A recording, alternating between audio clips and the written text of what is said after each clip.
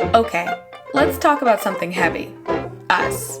The percentage of North Americans overweight or obese is now just under 40%, but more disturbingly is that 25% of North American children fall into the same category.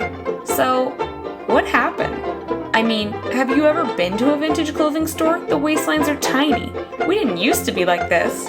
So, we, in between sips of high-calorie booster juice, while giving our kids a sugar-filled granola bar instead of an apple, start to ask, how did this happen? And more importantly, who's to blame?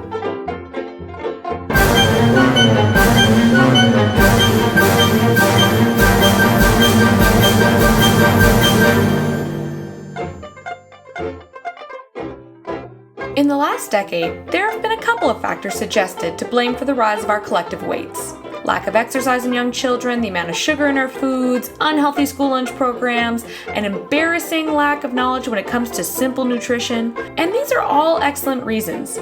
But if we have all the culprits logically laid out before us, then why is our relationship with food still like a scene out of Brokeback Mountain? I wish I knew how to quit you.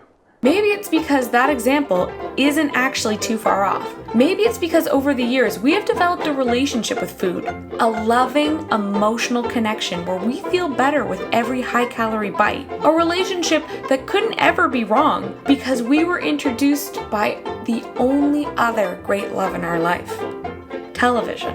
And food advertisements towards kids have got to be the most manipulative thing ever. They target their soft, squishy, impressionable minds of a human being who only wants to know what's cool, what they can do to fit in, and how can they get more friends.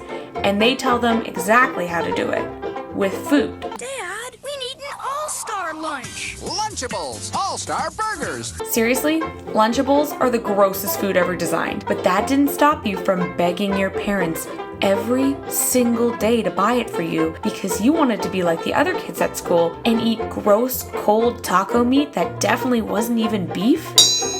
And it doesn't stop there. It's not just about what it takes to be cool. There are more subtle approaches. The food is extreme and cool, and it will make you extreme and cool too. The food is super current and loves hip-hop just like you. Where's it gonna stop? In your mouth. Try more for size. Hey, go minis. Open wide. It blends right in with Saturday morning cartoons. It's only fair to share, so put it there, Claire. It is its own little cartoon. Eat our terrible food and you can make new friends. Eat our terrible food and you will get the coolest toy for free. And of course, my personal favorite, have the most bitchin' jingle ever made so that no child will ever forget it, especially when walking down the frozen food aisle. When pizza's on a bagel, you can eat pizza anytime. But tell me, after that little trip down memory lane, you liked it, right?